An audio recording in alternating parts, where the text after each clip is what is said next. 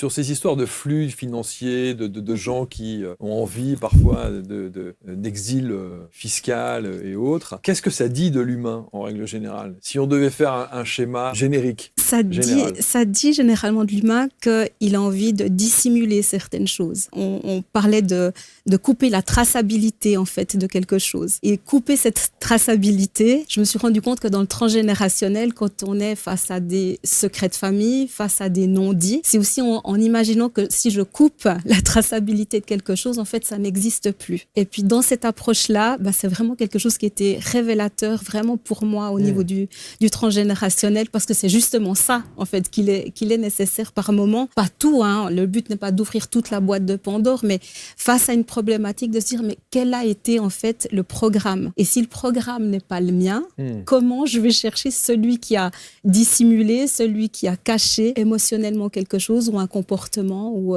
voilà, comme le disait Émilie, une stratégie aussi de survie. Mais en fait, ce qui vous intéresse plus, visiblement, c'est pas nécessairement l'argent, le placement d'argent ou le détournement de l'argent. C'est le pourquoi de ce détournement d'argent. C'est l'aspect psychologique, émotionnel, neurosciences, comportemental qu'il peut y avoir au travers de cette démarche. Exactement. C'est ça que vous analysez.